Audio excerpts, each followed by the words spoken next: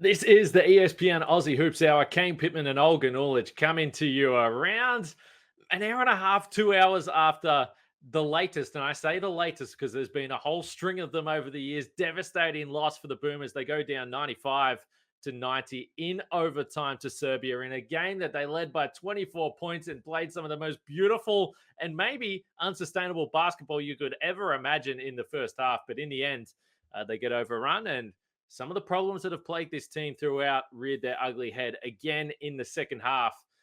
And we're going to look at this from every single angle you could imagine possible, Olgs. But you talk about a roller coaster and almost fitting of what we've seen from this team throughout. Really, really damn good in stretches, but ultimately not being able to do it for 4 quarters. They've lost 3 games in a row. You're probably not going to have too much success at an Olympic tournament when those are the results you get. No, throughout that entire first half, I was getting texts from people all over the world.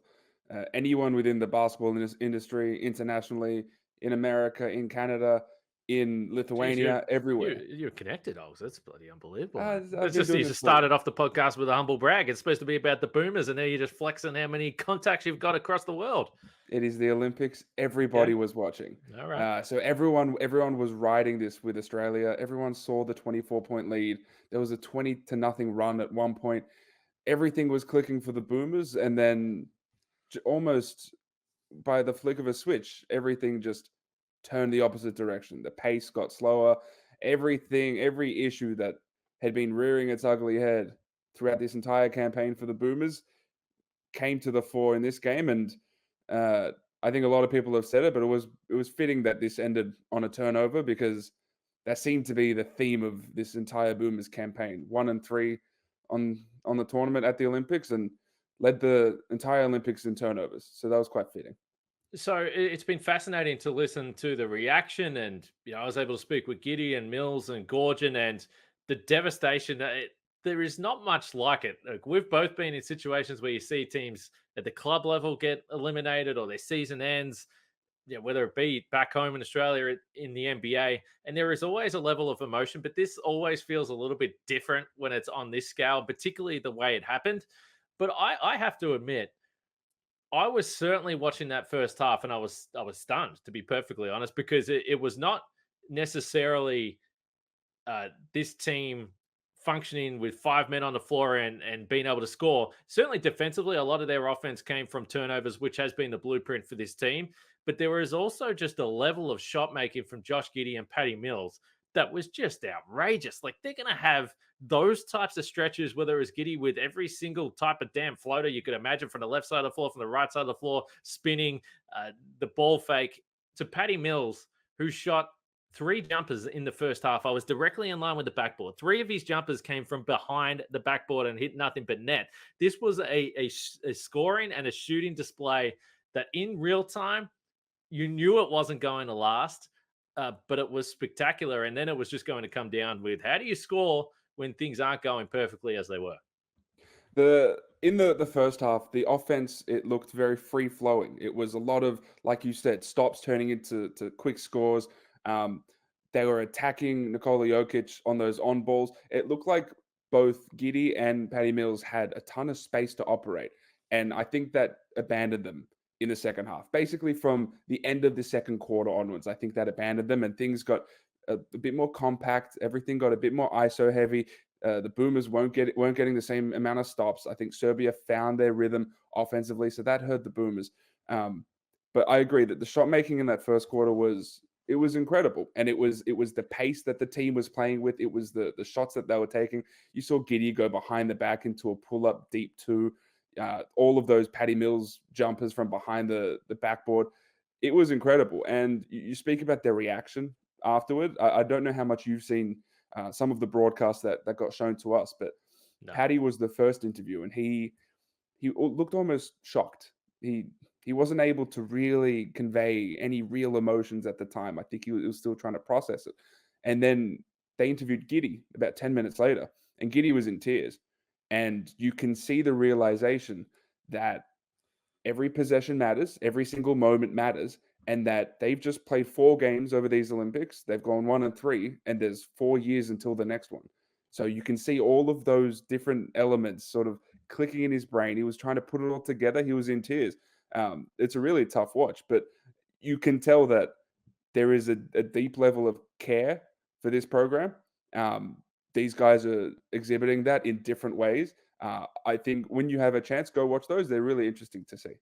Yeah, we got the exact same when they walked off the floor, and it was the exact same reaction. Paddy was pretty thoughtful. He got to the front of what was a pretty big media pack, and I positioned myself right in the middle so I could be at the front of it. And Well and done, I Paddy. and I asked him right off the bat. I said, "Okay, I know you've had a chance to talk. You've now walked off," and it was a very very slow walk because he knew that he was going to have to do this media scrum again. And he still took a few moments before he actually answered the first question, and he spoke actually really well. I thought he was pretty clear throughout in his thoughts by that point. I don't know if it was different to the TV, but he spoke pretty openly about the fact that when he was walking off the floor, he would look at the guys that have been there, whether it's Gorgon, Ingles, Daly, and he was just thinking, look, this has been an incredible journey to get to this point. He didn't commit to the fact that he doesn't think he'll be there in LA in 2028, but I think that's the assumption that most people have. But he spoke about Giddey being the future. He spoke about the offense in the first half playing at an incredible level. He said that no matter how much you people, and that weren't his direct words, but no matter how much you people want to understand it, you'll never understand what it feels like when you're in the zone like we were in the first half. So he was able to work his way through it probably a lot more comfortably than Giddey was, and that probably comes through the fact that he's been there before. And if you really think about the differences with the two guys, one guy who's at the very start, he knows he's going to be back. He knows that we hope that he's got one Olympics, two Olympics, three Olympics still ahead of him compared to the guy that had been through the most devastating positions that this program could be in. And I did wonder to myself the difference between the two guys, whether, Paddy sort of came into this and they've been open about the team they have, the fact that there's different eras. And yes, the standard was to win a medal, but I do wonder whether he might have had a better perspective that this tournament was not going to be easy for this team. This team, in many respects, was a little bit limited on the offensive end, and they did leave it all on the floor. I know there's going to be a lot of criticism, but we can work our way through it. Whereas Giddey, it was like maybe it's his first time. He wasn't prepared for the level of devastation you feel and it looked like he was trying to work through that.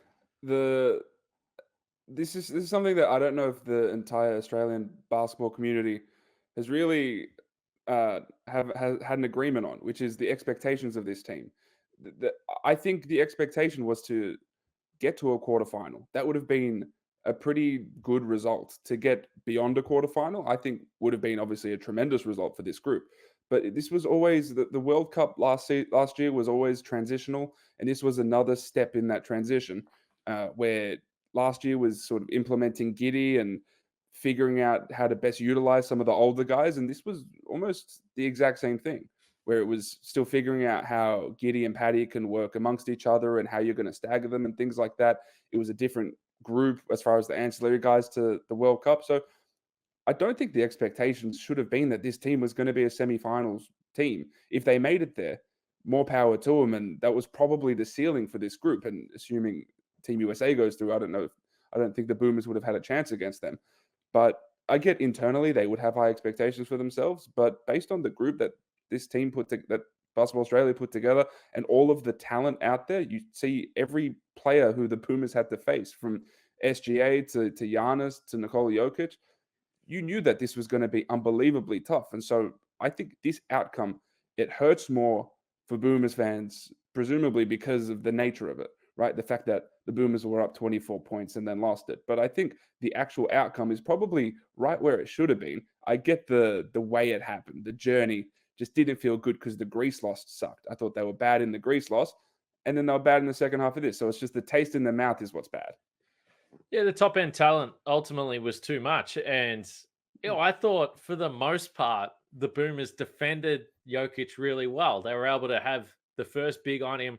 I felt a lot of their double teams and at times triple teams, I thought they were perfectly timed. I thought Dyson Daniels and Josh Giddey and even Patty Mills at times were perfect on their weak side. It helped cutting to the guy under the basket because Jokic was just, you could tell he was toying with him. He toys with everyone. He wanted to have two guys on him so he could dump the ball under the basket. And the Boomers were able to get transition opportunities multiple times. Like, I thought they did a great job. And then in the end, you go down the stretch and Jokic is able to tip the ball off the basket on the defensive end. He had a couple of good defensive moments in this game. He's able to get to the basket the first time. Then he goes to the turnaround, the fadeaway that no one can defend. And that's ultimately the few moments in this game at overtime that cost you. And down the stretch against Canada, it was the same with SGA. In the first half, Greece, Giannis had this team in shambles trying to figure out how to slow him down and how to defend Greece with Giannis as the focal point. So I think we saw moments in this tournament where Josh Giddey is clearly the guy, but we also saw that they were still so reliant, and we've gone back and forth on it so many times, but we saw it today. They're up by 24 points because Patty Mills had 20 points in the first half. It was Giddey early, and then they needed the shot making. And I saw a whole bunch of people saying stuff like, "Oh, well, there was hero ball down the stretch. Patty was taking bad shots."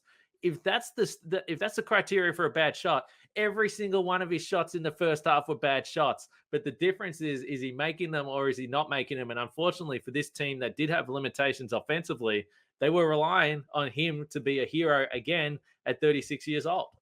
But that's the point. The point was that that first half wasn't sustainable. I think the Yeah. pace, I think the defense and the pace was sustainable. But that shot making in the half court from Patty Mills and Josh Giddey, I don't think that was sustainable. And I think that's something that when people watch these games, they look at the offense and they think, where is this? It was sort of free flowy, but it was very ISO heavy. The ball didn't whip around as much as it perhaps should have.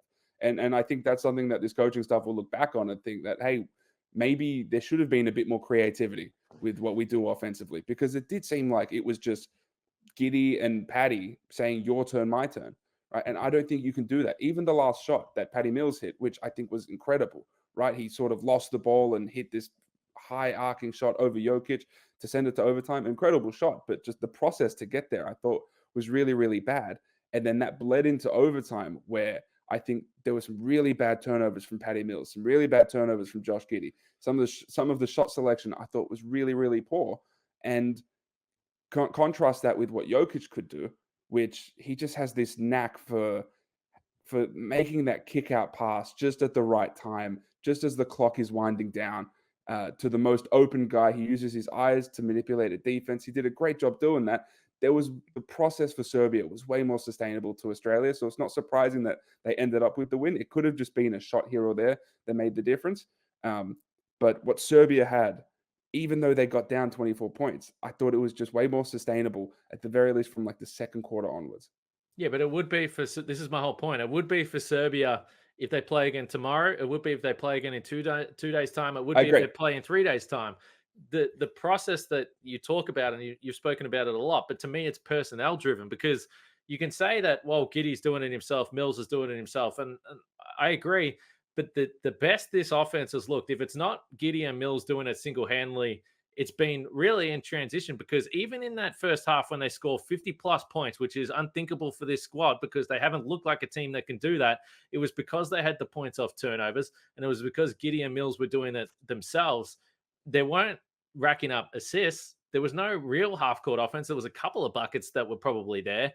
And this was a matchup that was challenging for Jock Landale. So when you talk about executing in the half court, Landale's been the one guy that has been able to have connection with Josh Giddey. But there were a couple of times there where Landale would still get his touches, but it was just below the free throw line. In some of the earlier games in this tournament, it was around the restricted area, and that's where he was unstoppable. That's when he wasn't missing those 2-point attempts. So I think that even in the first half, Serbia were making some decisions. Firstly, they didn't look totally engaged, and I've heard or certainly seen that the Serbia coach not too pleased during one of the timeouts. But I thought that what defensively they were able to do, once they were able to, okay, maybe fatigue sets in a little bit, but once they were able to stay in front of Giddey and Mills a little bit more, the Boomers don't really have another guy when you talk about, if Giddey isn't the primary guy or Mills isn't the primary, who else? Like, you talk about guys that have had moments. But we've also seen that those are the stretches when the opposition defense ramps up, that there are some passes that are forced. And you could go through a number of players that had turnovers that you're like, what are you even looking at? But it looked like panic. It looked like stress. And I think that's because they're not really those guys yet, the other players outside of Giddey and Mills. And Landale having foul trouble hurt this team in a big way. So I understand that some of the shots were frustrating, But I also think that there were reasons for that. And people talk about the Gorgon and the rotation.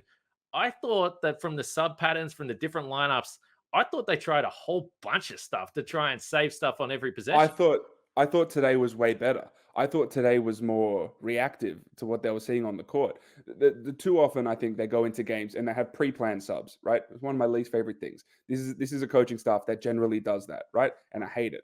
Going But into we've this kind of said game, they haven't done it this tournament. no, I think they have done It it this feels like every tournament. game's been different to me. You've seen different things. People complain about Nick Kay. Well, he was taken out of the rotation today. But that's because but I think that was a good reaction to the evidence that we're seeing, right? But Green As was opposed taken out in to the last game. So my counter argument to this is that I hmm, think that there's been games where they go Magna. Okay, today we're going to go with Dot Breath. Okay, Josh Green isn't working, so let's put in Daly. They've I think that they've tried different things. I don't really buy that as an argument for this team. If you want to say Nick Kay shouldn't have played as much against Greece, I'm with you. But I don't know. I think it's lazy to just like every time this team lose, shit on the coaching staff. Like to me, I just think it's been lazy throughout this whole tournament. no, I generally agree with that. That's why I don't think this game was an example of that. I think this was an example of using the evidence in front of you to make the necessary substitutions, right? So I think they see that Nick Kay, for example, isn't effective out there. He's completely ineffective offensively and defensively. I don't think this was his matchup either. So I think they made a really quick decision, and he played the least amount of minutes he's probably played in a major Oh, tournament in yeah. a few cycles, right? And that was deserved. There were other guys who deserved those minutes. I didn't mind. I liked the duo at the 4 minutes. I thought they needed the ability to stretch the floor there. I like the Jack McVay minutes. Jack McVay has absolutely announced himself as a part of this program moving forward. He is when you talk about locks for the next campaign, you talk about sort of the steadiers in Dante Exum and these guys. I think Jack McVay is part of that conversation. So his minutes were great. Um, there were still some concerns I had with some of the staggering of Giddey and Paddy, and it's you can tell that there's a struggle there because they do want to stagger them. It was so clear they wanted to, but you also want to play them as many minutes as possible, and that's impossible to do if you're staggering them. So I found that dynamic to be super interesting, especially in the second half. Um, I thought the Magne minutes were largely fine today. I thought the Boomers did as good a job as they could defensively on Jokic. I think what ultimately beat them in this game was the turnovers, obviously, and it's something we've spoken about the entire time, and it's fitting that it's how it ended, and the O boards as well. I don't think they boxed out well. There were a ton of second chance points. I think 23 second chance points for Serbia, 23 second chance points, and 20 turnovers. That's going to kill you. That's not going to get it done in a quarterfinal game. 35 minutes for Mills, 33 for Giddey. So we discussed it earlier in the tournament. Can you extend them a little bit more? And that was one thing Gorge said that he was hesitant. I'm curious about the staggering of minutes with those two guys, though, because I think, certainly as the game went down the stretch, they were probably both on the floor for the most part. And I think it was a balance early in this game. So Mills goes out a couple of minutes in. Giddey just goes crazy and is scoring everything. Giddey goes to the bench, and then Mills goes on an all-time heater for the next 6 minutes in this game. And it That was the was dream. That was the dream the entire time, right?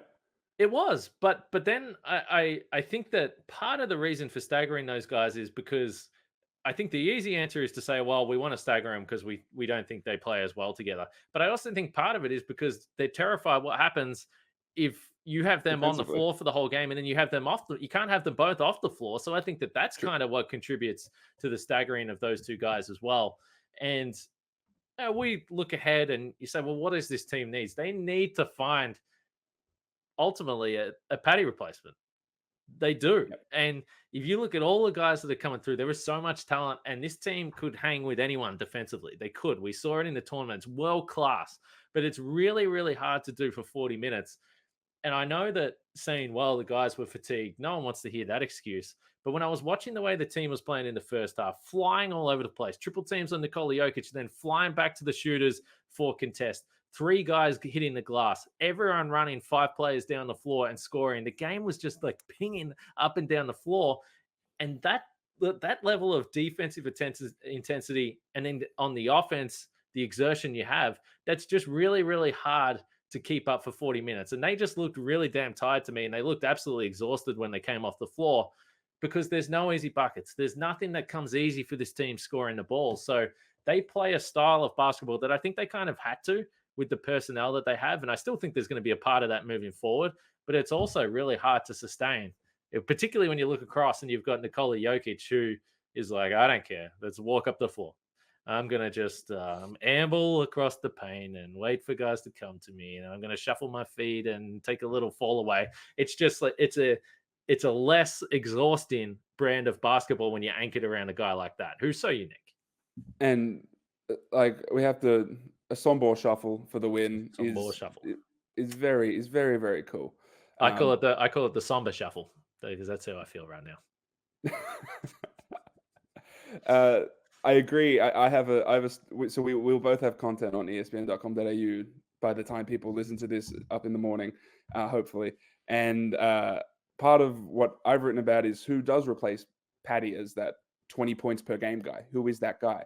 Now, we've seen glimpses where Giddey can do that in stretches, right? There will be games where he can score 20 plus points per game.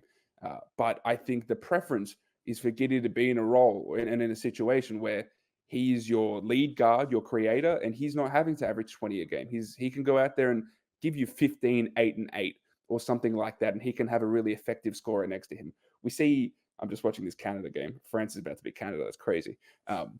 Like we see all these international teams. We see this Serbia team that has Bogdan Bogdanovic. Even all those Spain teams that were really, really good from 2008 onwards. It was you have like Ricky Rubio and whomever at the point, but then you've got a Juan Carlos Navarro, you've got a Sergio Yul.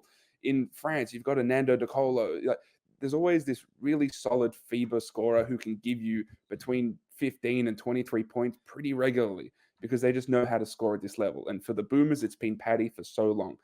And I don't know who it is coming up. The hope was that this was a tournament where Josh Green could be potentially bred into being that sort of guy. Not necessarily a 20 points per game guy this time, but maybe he could have been a 12 points per game guy, hit a few threes again, something like that. It just didn't work out for him offensively. And they gave Delhi all of his minutes toward the end of this tournament. And I thought Delhi's minutes were really good. But then who is it? If it's not Josh Green, and hopefully he can bounce back and have a good campaign come 2027. But who is it? Is it Johnny Furphy? Someone who is probably more of a 3-and-D guy. I don't know if he's like a create my own score kind of guy. Is it Tyrese Proctor when he comes through? Is Alex Tui going to come and do something? Is it Ben Henschel? I don't know who this sort of combo guard, creator, scorer type is going to be coming up. And I think they've got to come quick because you want them to be on the same trajectory as Giddey and Daniels and all these guys. And I don't know who that guy is yet. He could emerge. I don't know who it is right now. Yeah, it might be someone that isn't on the radar. It might be a 19, 20-year-old Dash Daniels. I mean, we don't know, but when you look at this group, it's fascinating because even someone like Landau, by the time they get to LA, you assume he's still playing in an important role, but he's 32 years old. Daly, Ingles, Mills probably gone. Even Exum's into his almost heading towards the mid-30s. So it's fascinating. Magnay and McVeigh look like if they are guys that continue to stay healthy, who knows if they're there. But certainly I thought McVeigh, when you talk about hitting a three in the fourth quarter, early buckets in the fourth quarter, hitting a three in overtime, he's really been as advertised. And I'm glad, and I hope that if people don't follow the NBL and have no idea who he was or what he's been able to do, he's proved himself as one of the biggest big moment shot makers in the country. It's just a fact now because he's done it in the NBL. He's done it in the Olympics under the most extreme pressure in a game like today when they just needed it. He was the guy that looked like, okay, I want Jack McVeigh to shoot the ball. It was incredible to see. So there were certainly good stories to come out of that. Dyson Daniels is going to be 25. Giddey's going to be around that mark as well. Josh Green's still only going to be 27. So you think that he'll be better and he's not coming off an NBA Finals run. So I think there's reasons to be positive for the future, but there's no question. Everything that we've known over the last 10 to 12 years with the Boomers is probably done. Brian Goorjian's done. It's a really fascinating moment in the program history based on the era where so many people that would have been watching this game like learn to love basketball watching those guys. And that's why I've found it a little bit challenging to hear all the criticism and really all the hate on social media because I can't bring myself to be there. I think I probably came into this tournament a little more realistic than most, but I was sort of mixed myself when I walked away from this. I'm like, yes, this is devastating. No, maybe it's not all that surprising. And yes, it feels a little bit sad based on what I've personally loving the game, being able to watch over the last 10 to 15 years, and it feels like it's over. I think the Patty hitting that shot and having sort of like a vintage first quarter and things like that, I think that gave people a little bit of nostalgia, which I think is cool. And in what is it's really interesting. A few things on what you've spoken about. Patty has not mentioned retirement. I think he's No. purposeful. I think he's purposefully not used that word. He would be 39 by the time the next World Cup hits. I don't think he'll be part of this going forward. This was, for all intents and purposes, his final game wearing the green and gold. And so it was cool that people got, let's say, one final opportunity to see him doing what he does best on the stage where he does things best. So there was that part of it. I understand that people have been miffed about the decisions that Brian Goorjian made going into this tournament, and people have every right to be annoyed by them. In hindsight, when you look at it, you think, for example, if Nick Kay is not going to hit a three, just bring Xavier Cooks in that position. If Joe Ingles is going to play 2.5 minutes all tournament, just put Matisse Thybulle in that position, just to have the insurance. Again, in hindsight, you can look at those things and say he should have done A, B, and C. But at the time, it looked like it was working. They nailed the exhibition games. It looked like it was really good. And then you lose a game or two and you're out of this tournament. The other thing on 2028 is that the word is that Delhi wants to play in 2028. Well, of course. Now, I mean, if you know the Matthew Dellavedova story, you know that there's no chance in hell that man walked off the floor today thinking he won't be there. correct. But And but the but way we he takes also care of it's his true. body, etc., he would be 37 by Yeah. the time that Olympics comes around. So that is all stuff that's important to note. But he will be striving for that, right? In the same way that he missed the World Cup, but still strived to make this team, and he made this team, right? So you can give him some benefit of the doubt that he will put himself in the best sort of position possible to make it. Um, it's obviously we're looking at 2028, but obviously 2027 World Cup is the first major tournament ahead of that. I think this team will have it'll obviously have a very different look. I'm intrigued at how different it'll be stylistically. Obviously, it's been very Paddy heavy and things like that over the years, and now it's leaning more full throatedly into Josh Giddey and seeing what you can surround him with. And the first thing, as far as determining that, is the head coach.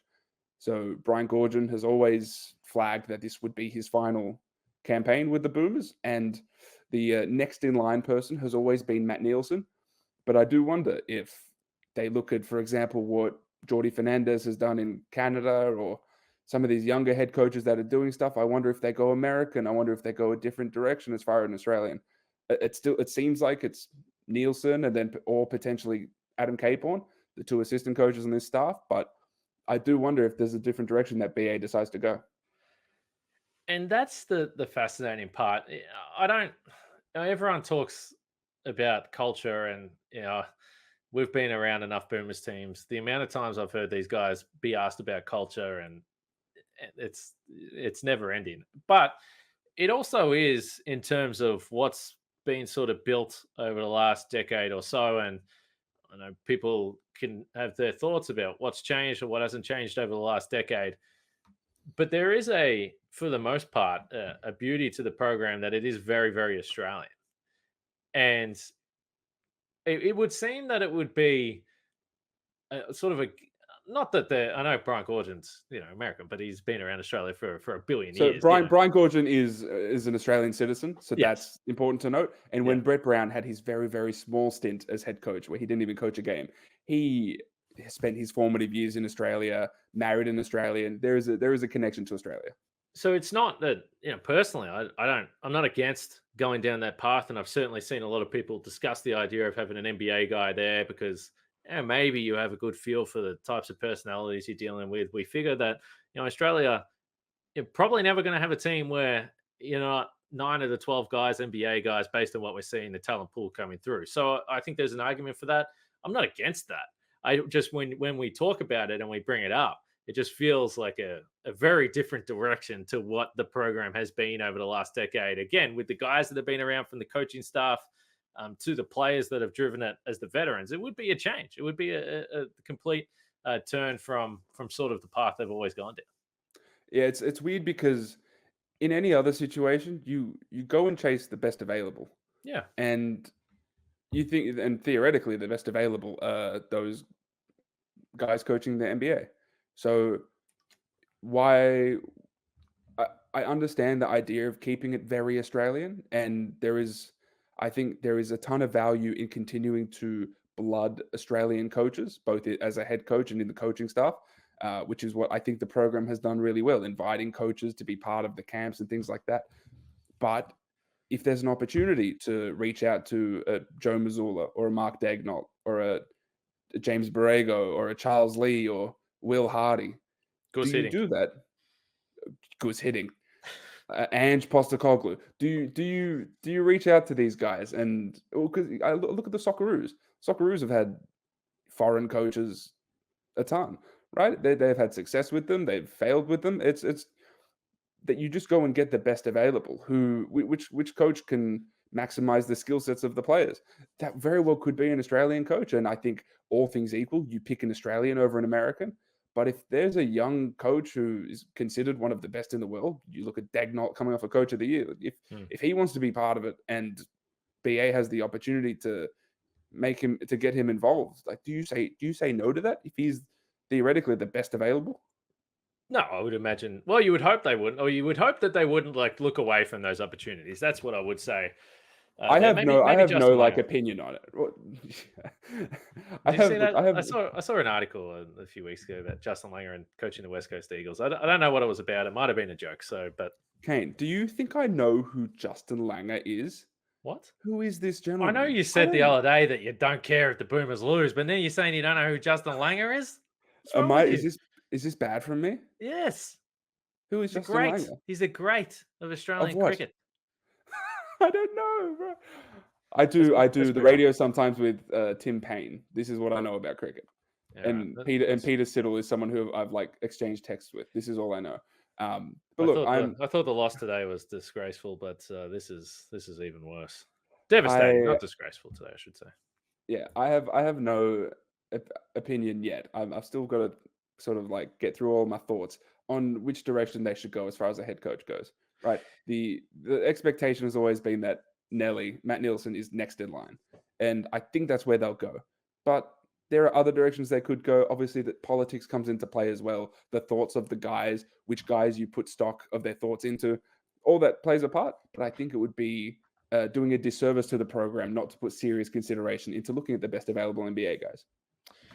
This has been an interesting pod because I found it hard after the game to sort of quickly get my thoughts together after the post game chats that we had, and then put together a little package for the Sports Center Australia because there was so much going on because there is the devastation of the result, and we could try and break that down, but it feels much bigger than that. Moving on now to what's coming next, what could have just ended, even though as we have discussed, there's been no commitments there. So let me ask you this as we sort of get to the back end of this: how do you think? Now, again, only just after the final game, how do you think you'll look at this tournament, big picture? Because we've said it, there is a lot of frustration and anger, and maybe it's just emotional in the moment, and people will feel different tomorrow. I kind of hope that that's the case, but how do you look at it, big picture, across the warm ups, the 4 games that we've been able to see? So I have treated the entire World Cup and this campaign as as transitional, right? And I think I've been pretty consistent with that. I think this game against Serbia was such an interesting bookend to the previous era of Patty Mills and those rose gold guys, and it was bookended by Patty doing some vintage Patty stuff, but then also the turnovers and the shot selection, showing why maybe there's an opportunity to move beyond that. And then it was also the start of like the opening of a bookend of the Josh Giddey era of this program, where you look at how elite he was in some of the things that he can do out there and making his teammates better and being able to score at all three levels in the FIBA game. But then you also see the turnovers. You see some of those mistakes that a rookie makes, that an Olympic debutant makes, a 21-year-old makes. And you think, this is the start of an era, and there is still so much work to do. He is imperfect right now, and you can see that. But letting him be creative and the ceiling of what he is could lift this program to the heights that it once reached a few years ago. And I think this was an example of just how great he can be as the leader of this program, but also the fact that we are at the beginning of that. It is still very early in that process, and we have to be patient with the growth of Giddey and Dyson Daniels and Josh Green and all these young guys, because this is the start of what is ostensibly going to be a 10-year journey. So be ready for some teething, be ready to be patient, but the signs are looking really good based on what we just saw. Yeah, I probably think that I walk away feeling even stronger about what I thought before the tournament, that based on the way the world is going, based on some of the talent that is on display from the teams that are really at the pointy end, so every single one of these teams that was in the quarterfinal stage, I just don't think that Australia is going to be able to get to that level again until they find their guy or their guys that are on an all-star level offensive caliber type player. I think that that's where we're at now, and that's what at the time I think made everyone, or certainly me, like feel so thankful that they got that bronze medal in a game where you're playing Luka Doncic, because that is not easy, and that's not always going to be the case. So I think Australia is always going to be competitive because now they've got the pool of NBA caliber, not just players, but NBA caliber athletes. So that feels like that's always going to be there now. But in order to keep up with the rest of the world that is continually bringing out these superstar MVP caliber level players in the NBA, until they find one or two of those guys, and this was before the curve for a number of the guys in Australia, so maybe they get to, maybe not MVP, but that all-star level. Maybe they do. Maybe they find a way to grow offensively. Maybe it helps Giddey to go to Chicago, and it helps Daniels to go to Atlanta, and it helps Josh Green to go to Charlotte. Because ultimately, if our players are in roles in the NBA that allow them to thrive and expand and develop and grow their games, then it's going to be better when they come back to the national team. Because I think for so long, Australia has had excellent role players. And Green, Daniels, and Giddey's a little more expanded in terms of what he can do offensively. But certainly there is a bunch of guys that would make a whole stack of cash in the NBA playing defense and knocking down corner threes. But they need to be able to do more. And I think the only way that happens if they're in fits in the NBA and opportunities in the NBA that allows them to grow. Maybe what we've already seen in the NBA offseason before we got to the Olympics is going to help the Australian program grow by the time we get to the next World Cup. Yeah, and for everyone listening, the thing that we're trying to point out is you're going to a tournament that has 12 teams in it. That's an Olympics. So World Cup has 36 teams. But you go into this tournament and you face Shai Gilgeous-Alexander and Giannis Antetokounmpo, and then in this game now, we just saw SGA up against Victor Wembanyama, right? Then you got Team USA. You have Germany, who has Dennis Schroeder, who does what he does, but Franz Wagner is a max contract guy in the NBA, right? Luka wasn't even here. Luka wasn't here. There are so many high-level dudes who are not here because their countries didn't make it or whatever. And you're going to be faced with these high-level guys. And Australia, and unless there's a monumental leap from a Giddey or someone who emerges out of nowhere, Australia's not going to be able to compete with that level of talent. That's why I admired and I think I agree with Brian Goorjian's tactic coming into this, where the focus was defense and pace, right? I think that's a really sustainable thing to try to hold your hat on, because you're not going to compete when it comes to the top end talent. The problem was there wasn't consistent scoring. There wasn't the ability to get through an offense consistently. That's where the turnovers came from. And so I thought the idea was good, but I thought the personnel was just slightly lacking. But I think going forward, assuming that this is the sort of level that these boomers will be, let's say the hope is that Giddey takes a leap, right? I still think they need to hold their hat on what they do defensively and being able to push the pace. And the hope then is that a scorer emerges, an offensive talent emerges where there is a consistent, reliable 18 to 23 points out of someone. That's the way to get this team from a quarterfinals team that's going to be there forever to one that is going to consistently be in the medal games. And then I guess last thought, we've brought it up plenty during this podcast, but uh, I really, really didn't want to see Patty Mills go out with a poor Olympics. And I think we saw enough. I think we saw enough through this tournament. And obviously, it finished with just an epic first half and a bucket to send it to overtime. For everything that he's done and over the years and some of the games he's had and the 3-pointers he's knocked down, I did walk away pretty happy that he absolutely emptied it out with some incredible shot making. Because I think I know he didn't commit to it, but let's say that that's it. It would have been perfect to have a medal, but that's close because everyone that left that building today, that whether it was the media there, whether it was the people downstairs, whether it was officials, they were all talking about him and just like, he's done it again. When is this ever going to end? It's never going to stop. So I was pumped that he was at least able to finish on that note, even though I'm sure it makes none of them feel better in the moment. And the other one was, and this was, I don't know if you saw it on TV, but it was interesting because there's been a lot of talk about Joe Ingles. He was the 12th man. I've said the whole time, no 12th man gets minutes regardless. So I just personally don't really care too much about that position on the roster. But you could have had questions for what would he actually be like as the older guy? He probably wants to play. Is he going to be good around the group? I can tell you that the whole second half of this game, this is a man that I don't know if it's good for his knees, actually. He's had multiple ACLs, but he wasn't even sitting on a seat. He was crouching on the ground.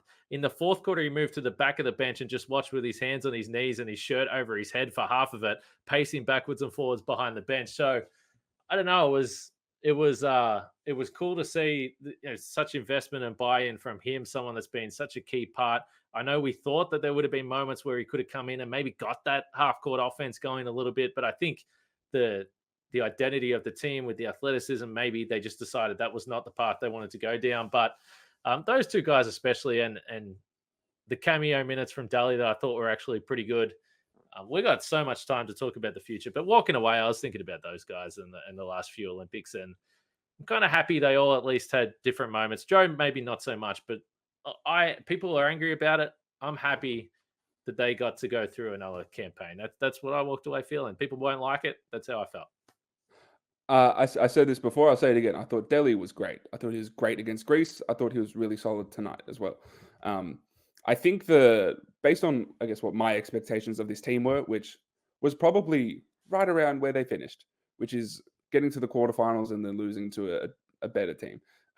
I think given those expectations, I don't hate the idea of giving those three guys a swan song. I don't completely hate a last hurrah. And I thought Paddy, for all the good moments he had, there were moments where it was his way or the highway, right? He was going to live and die by what he did, right? Again, good or bad. But I think the expectations being what they were meant that I was okay with them coming. But then I also think, and I do wonder if this is felt externally, but it's definitely felt internally and sort of around the basketball community. It is a good. This is a send off, and there will be a lot of value in moving on from that era and leaning full throatedly into the next one. I think there are a lot of people around the program and around Australian basketball that are extremely appreciative and proud of what those guys have done, while also being extremely excited about what is to come. And I think this was a good way to. I think this was the fact that we got a vintage Paddy performance was, I think, a really good way to pass that torch. Yes. I think me and you will forever just be slightly not on the same page when it comes to some of the things around those guys, but that's okay. That's okay. And as I said, I do think a lot. I do think a lot of my opinions through this Olympics may go slightly against the grain a little bit, but uh, I thought, to your point, whether we agreed on the things that happened in between, I don't think either of us are too shocked that we're here today. But when you lead by 24 points, you would like to think at that point in time you can wrap up that game. So I would imagine that as much as the fans and I know me personally are frustrated about we don't have another game in a couple of days' time, I would imagine those guys in the locker room are feeling significantly worse. So they'll have to move on from this one, which might be tough. And for the young guys, they get another chance. For the older guys, I don't think they do. But that's the way it works. So we do have a quarterfinal coming up. I don't know when people are going to listen to this. We're not going to get into the Opals because basically the game is not that far away. It's just over 12 hours away, about 15 hours away. So we're not going to worry about that. We will podcast after the quarterfinal. Serbia, you got our man, but we're going to take you down tomorrow. That's how I feel. Is there I don't know enough about the Serbian women. Is there a Lady Jokic that we have to worry about? The ensemble shuffle that we're going to see over Mariana Tola? I hope not. I'll throw up. I will throw up. Guys, Kane's going to vomit. Oh no, guys. I don't know. I'm not going to lie. I don't know why I started to get real sad about this. I feel a little emotional at the back end of this podcast. It's sad. I wanted to see him keep playing. I didn't expect to feel like this because, like I said, I go to a game and I'm like, whatever team wins, I don't care. But it's tough, man. Those tough circumstances. I do wish they were able to move on, but. And the first half, so it is because it was like the first half wasn't just like, oh, they got a big lead. It was, oh, this is what they've been trying to do this whole time, which is play really good defense and then push it and play with pace and all that. And it's like, oh, they're finally doing it. Like, guys, everyone look. And then they just stopped doing it. And we got a half of what this team was hoping to be. They were good against Spain, right? And they were largely fine in the second half against Greece and the first half against Canada. There were good moments this campaign, but this was a sort of a microcosm of everything that we hoped that this team would be. And then unfortunately they coughed it up. It was just so beautiful for 16 minutes. Even Gorgon said he's been around this team for 4 Olympics. He said they've never played a better quarter and a half patch than that. I mean, it was just outstanding. But it wasn't to be today. So as I said, we'll have a podcast after the Opals and Serbia. Whenever you're listening to this, maybe that game's already over. But we do hope there's still one team with a chance to get into a medal game, beat Serbia. You probably play Team USA, which is going to be challenging. They haven't lost since the BC era. I believe it's been a very long time. So we'll see how they go. The Opals coming off their best performance against France. I would say spirits are probably pretty high amongst that team. They look like they've built into the tournament nicely. So we'll see how they go in that quarterfinal. ESPN.com.au for all the reaction from the Boomers' loss to Serbia. The social pages, keep it all there. And if you haven't done already, follow this podcast. We've appreciated the support and opinions, particularly on YouTube. So you can get in the comment section if you want to drop those. But for now, for myself, Kane Pittman, and for Olgun Ulic at 4:30 in the morning, go get some sleep, my friend, and we'll talk to you in a few hours.